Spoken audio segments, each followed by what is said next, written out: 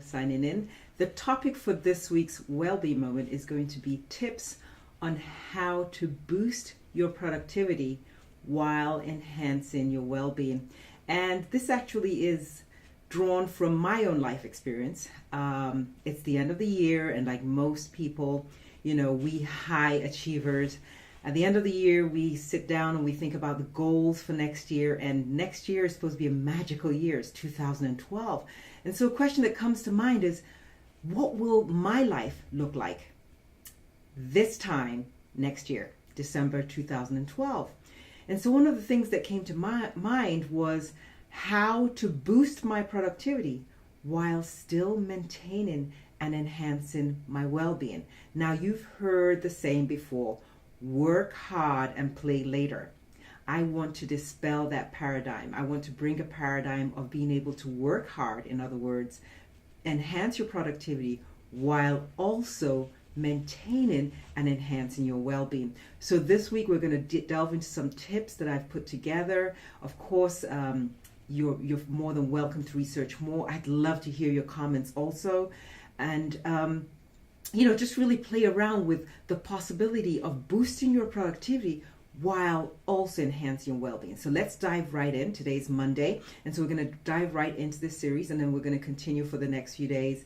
And again, I welcome your comments, things that work for you, that you've seen work well in your life. So the first thing I'm going to start with is the list. Now, we have a saying in medicine, if it was not documented, it did not happen. Now, that's a medical legal term, but if you do not write something down, it's not likely to happen. And that goes across many, many areas in your life. So let's start with the list.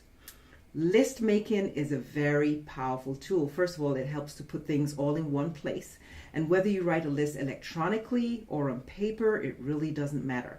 Now, the trap of list making is that you may find that you have a lot of things on your to-do list. So I had written an article some months ago, and I'm going to go ahead and post a link to that article here. And here's how I recommend writing your list. Divide your list into 3 columns. The first list, or the first column, is things that you must do yourself. The second column is things that you can delegate, but with supervision. And the third column is things that you can delegate completely. So start writing your list. Make it a habit to write your list.